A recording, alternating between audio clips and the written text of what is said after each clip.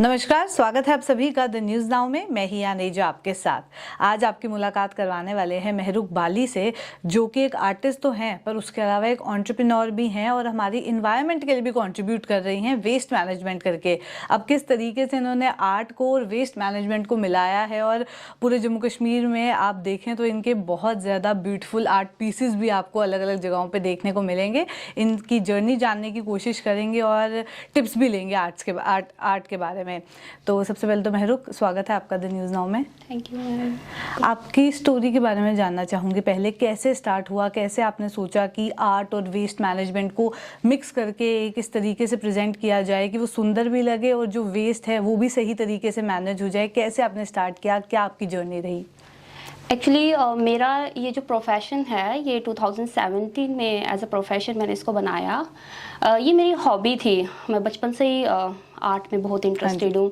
I love painting, drawings and all. तो college time में, school time में ये कुछ करती रहती थी, बट तब इतने ज़्यादा हम अवेयर नहीं होते हैं। तो हमारे फैमिली भी मतलब एजुकेशन से हैं, तो उन्होंने हमेशा हमें इनकरेज किया कि आप एजुकेशन में ही जाओ। तो फिर करते करते थोड़ी पढ़ाई भी कर ली मैंने, PhD तक पहुंच गई। तो बट स्टिल कहीं ना कहीं ये दिल में था कि नहीं, मुझे अपनी हॉबी को, मतलब वो पैशन जो है मेरे को, उसको कहीं ना कहीं वो मतलब पीछे हट रहा था मेरे से। तो फिर 2017 में मैंने अपनी PhD छोड़ी, तो मैं इस प्रोफेशन में आई। तो हॉबी को मैंने अपने प्रोफेशन में, अपने पैशन को प्रोफेशन में कन्वर्ट किया। वैसे ही लोग जब एंटरप्रेन्योरशिप की ओर आते हैं तो एक कॉन्सेप्ट होता है कि हमने सिर्फ प्रॉफिट्स बनाने हैं, पर आपने उसके साथ हमारी इन्वायरमेंट पे भी कंट्रीब्यूट किया, वेस्ट मैनेजमेंट भी की। और आपने जैसे खुद मेंशन किया कि PhD छोड़ी आपने, तो उस टाइम फैमिली का क्या रिएक्शन था? कैसे उन्होंने बोला कि अब पढ़ाई छोड़ दो? कैसे आपने उनको मनाया कि पढ़ाई छोड़ने के बाद आप एकदम से अपनी फील्ड चेंज करेंगी? और उसके बाद आर्ट एंड क्राफ्ट को यूजुअली हॉबी समझा जाता है, उसको प्रोफेशन के तौर पे देखा नहीं जाता है। जब आप स्विच करते हैं प्रोफेशंस, बहुत सारे लोग आके आपको क्वेश्चन करते हैं। उस सिचुएशन को कैसे हैंडल किया आपने? टू बी फ्रैंक, इतना इजी नहीं होता है। आप किसी भी सक्सेस स्टोरी को देख ले तो मतलब हर्डल्स एंड ऑब्स्टेकल्स हर किसी की लाइफ में होते हैं। सेम मेरी लाइफ में भी हुआ, क्योंकि मतलब वैसा नहीं था, मतलब फैमिली का था कि मुझे इसी फील्ड में जाना है। मैं एक टीचर भी हूँ, मेरा अपना एक स्कूल भी है। तो बट स्टिल आपको वो अचीव करने के लिए, जो आपका गोल है उसको अचीव करने के लिए आपको उन हर्डल्स को फेस करना है, उन ऑब्स्टेकल्स को हटाना है अपनी जर्नी से। तो होता गया, मतलब आए ऑब्स्टेकल्स, बहुत आए, बट अल्हम्दुलिल्लाह फाइनली ऐसा हुआ कि अब सब नॉर्मलाइज हो गया। और वेस्ट मैनेजमेंट की बात तो मेरा फर्स्ट कंसेप्ट यही था। जब भी मैं अपने सराउंडिंग्स में देखती थी तो मतलब इतना ज़्यादा कचरा बाहर फेंका हुआ है, मतलब उसी चीज़ को लेकर कि भाई उस कचरे को हम बाहर क्यों फेंकें, पॉल्यूट क्यों करें, अपने इन्वायरमेंट को गंदा क्यों करें, डिग्रेड क्यों करें। तो उसी से वो कंसेप्ट लेकर मैंने अपना इस चीज़ को, हॉबी को, और वो चीज़ ना मिक्स हो गई, तो अब वो प्रोफेशन में भी चेंज हो गई। तो वेस्ट मैनेजमेंट पर हम मोस्टली काम करते हैं। जितने भी वेस्ट मटेरियल्स हैं, लाइक प्लास्टिक हो गया, पॉलीथीन बैग्स हो गए, तो इनको हम लोग, इनसे अच्छी यूजफुल आइटम्स बनाते हैं, होम डेकोर आइटम्स बनाते हैं।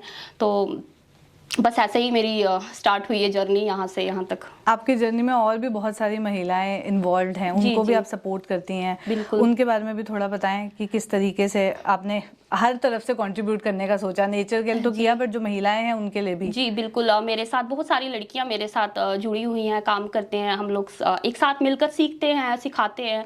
तो वो लोग भी अब अपना मतलब एक वोकेशनल ट्रेनिंग काइंड ऑफ हम उनको देते हैं। तो मतलब ऐसा नहीं है कि वो किसी रजिस्टर्ड है मेरी मतलब सेंटर। मैं एक NGO के साथ भी जुड़ी हुई हूँ, NGO भी है मेरा, तो मैं उसके थ्रू भी काम करती हूँ। तो वो भी सीखती हैं, उनको भी आना चाहिए। और मेरी तरह बहुत सारी क्रिएटिव फीमेल्स हैं जिनको शायद वो प्लेटफॉर्म नहीं मिलता है या वो इंकरेज नहीं हो पाती। तो हमें लगता है कि आप बोलते हैं ना, राइज बाय लिफ्टिंग अदर्स। तो आप सबके साथ जुड़कर अगर काम करते हैं तो आप आगे बढ़ते हैं। जी। वहीं आपने अपनी हॉबी को प्रोफेशन में कन्वर्ट किया, तो जब कोई हॉबी को प्रोफेशन में कन्वर्ट करता है, आई गेस वो ज़्यादा इंजॉय करता है पूरे प्रोसेस को।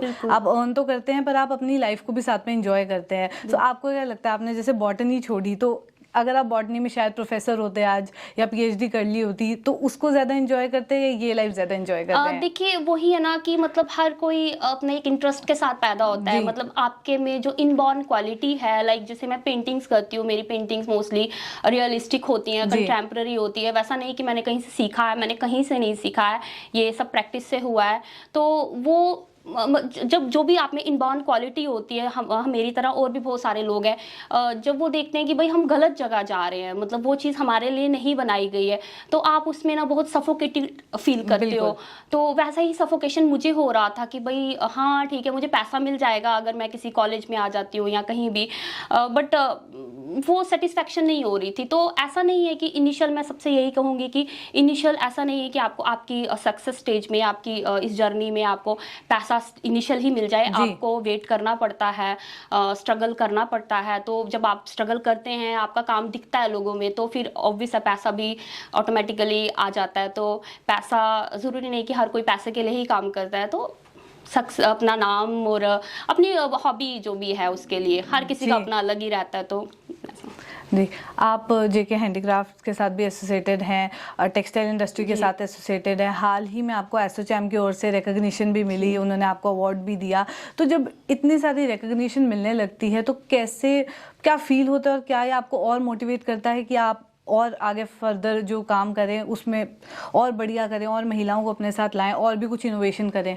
बिल्कुल, मतलब ये जो होती है ना, ये अपॉर्चुनिटीज़ जो हमें मिलती हैं, जो भी हमें रिवॉर्ड मिलते हैं, जो भी हमारे काम को जो है मतलब प्रोत्साहन जो भी है मिलता है, अप्रिसिएशन मिलती है, तो ये हमें इनकरेज करता है, हमें मोटिवेट करता है। ऑफ कोर्स ये हमें चीज़ें मोटिवेट करती हैं, हम ज़्यादा काम करने लगते हैं, हम ज़्यादा इंथुसियास्ट हो जाते हैं अपने काम को लेकर।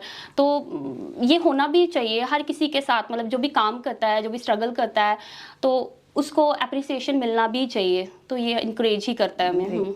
वही एक आर्टिस्ट हमारे स्टूडियो में है तो हम कैसे आर्ट की टिप्स उनसे ना लें, और डेफिनेटली बहुत सारे हमारे व्यूअर्स भी ऐसे होने वाले हैं जो आर्टिस्ट हैं या बनना चाहते हैं, जिनके आर्ट एंड क्राफ्ट बहुत अच्छा है, बच्चे ऐसे हैं, तो उन सब के लिए कोई टिप्स और मैसेज अगर आप दें? श्योर, टिप्स यही है बच्चों को कि मैंने पहले बताया कि अगर जो भी आपकी हॉबी है, जरूरी नहीं कि वो पेंटिंग या ड्राइंग में भी होगी, आप किसी भी फील्ड में हो सकते हो, आप एक स्पोर्ट्स पर्सन भी हो सकते हो, या तो आप किसी भी फील्ड, किसी भी आप हॉबी जिसको करते हो, जिसको राइटिंग पसंद है, कुछ लोग ऐसे होते हैं, कुछ बच्चे, तो ये साथ साथ में आपको इसको कंटिन्यू करना है। और सबसे बड़ी बात है, हिम्मत नहीं हारनी है।